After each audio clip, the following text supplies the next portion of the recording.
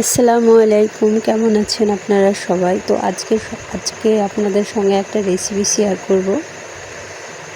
তো রেসিপিটা দেখতে থাকুন। আজকে কি হবে সেটা বুঝতে পারছেন। সকাল সকাল চলে এলাম কচুর শাক কাটতে। তো শাকগুলো কেটে নিচ্ছি, দেখতে পাচ্ছেন অনেকগুলো শাক কেটে নিয়েছি। এবার এগুলো দিয়ে ইলিশ মাছ রান্না করব। তো এখানে একটা চিচিঙ্গা ধরেছে মাঠের জমিতে। তো দেখুন কি বড় হয়েছে। এবার খাড়ি করে নিয়ে চলে যাচ্ছি শাকগুলো। তো যেতে যেতে দেখছি একটি পেঁপে গাছে অনেকগুলো পেঁপে ধরেছে, তাই পেঁপেগুলোরও একটা ভিডিও বানিয়ে রাখলাম। তো পেঁপের অনেকগুলো ফুল এসেছে। এরপরে আমরা শাক করতে শুরু করে দিয়েছি, দেখতেই পাচ্ছেন অনেকগুলো কাটা হয়ে গিয়েছে শাক। এবার রান্না শুরু করতে হবে। তো বাজার থেকে আব্বু মাছ নিয়ে চলে এসেছে, মাছটা কোটার জন্য নিয়ে এলাম। মাছটা কেটে নিয়েছি, এবার রান্না শুরু করব। তো কড়াইয়ে তেল দিয়ে দিয়েছি, এবার মাছগুলো হালকা ভেজে নিচ্ছি, আস্তে আস্তে ভাজছি। আজ উনুনে রান্না করব, তার জন্য উনুনে রান্না করলে অনেক টেস্টি হয়। দেখুন, আপনারা খেয়ে দেখতে পারেন, চলে আসুন সবাই।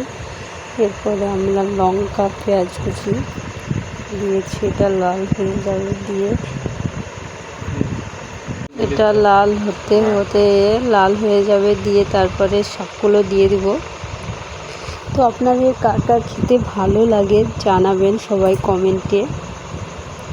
আমার তো বেশ ভালোই লাগে খেতে। তো পেঁয়াজগুলো লাল হয়ে গিয়েছে, এবার শাকটা দিয়ে দেব। পেঁয়াজটা প্রায় লাল হয়ে এসেছে। আসলে পেঁয়াজটা ভালো করে লাল করে ভেজে তরকারি রান্না করলে অনেক সুন্দর লাগে খেতে। এবার শাকগুলো দিয়ে দিলাম। শাকগুলো রান্না হবে। এবার হলুদ, লঙ্কা, নুন সব একসঙ্গে দিয়ে মিক্স করে রান্না হবে। এরপর সব কিছু দিয়ে একসঙ্গে মিক্স করে নিলাম।